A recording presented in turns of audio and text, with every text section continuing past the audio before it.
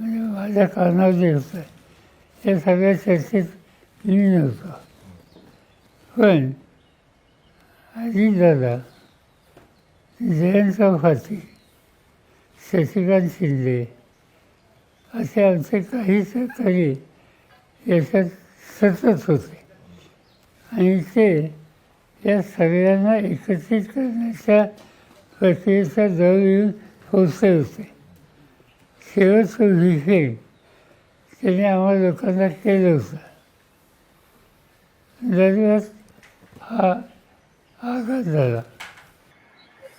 असं आहे की जिल्हा परिषदेच्या निवडणुकात असा सुरू आहे त्याची सगळी जबाबदारी अजितवर. मी स्वतः कधी जाती नाही या निवडणुकीत. मला त्यांनी वीज केलं होतं काय करणार त्या कामाला लागले. तर मध्येच हा अपघात झाला.